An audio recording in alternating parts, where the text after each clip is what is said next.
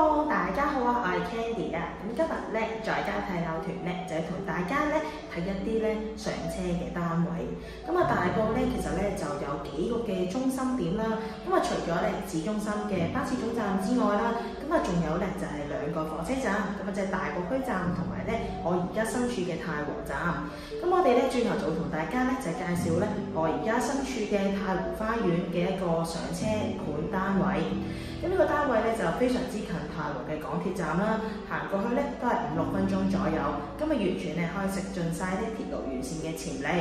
咁啊同埋佢係一個咧純住宅嘅屋苑啦，咁啊會所設施啊或者咧呢啲休憩空間咧都非常之充足。咁啊事不宜遲啦，即刻同大家咧喺附近行個圈之後咧，就同大家就上翻嚟呢個單位度睇。咁咧太湖花園咧個外貌咧就係咁樣啦。咁佢屋苑咧就係自成一角，咁啊係純住宅區。咁一共咧就分為2期，而我哋今日睇嘅單位咧就集中喺1期呢一邊。咁1期咧就1至15座，2期咧就16到18座。咁啊都係順和發展。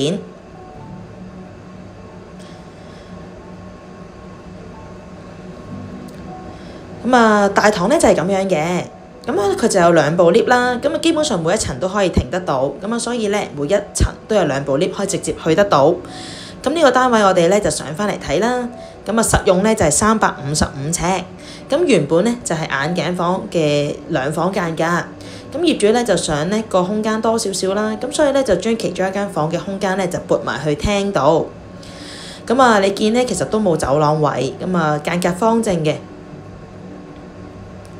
咁啊，廁所廚房咧都會喺一邊。咁啊，呢度咧就可以擺電視機、梳化啦，或者呢度咧就可以做一個開放式嘅書房，或者咧另一個小朋友嘅空間都冇問題。咁譬如有小朋友，你可以擺張 Playmat 喺下面，咁啊可以由得佢自己喺入邊玩啦，或者擺啲書櫃。咁啊，或者做嘢嘅空間咧都充足。咁啊，廚房啦有窗，咁啊一排嘅櫥櫃啦。咁啊，洗手盤啊、煮食爐啊等等，咁啊，洗衣機、雪櫃咧，其實都夠晒位擺入去嘅。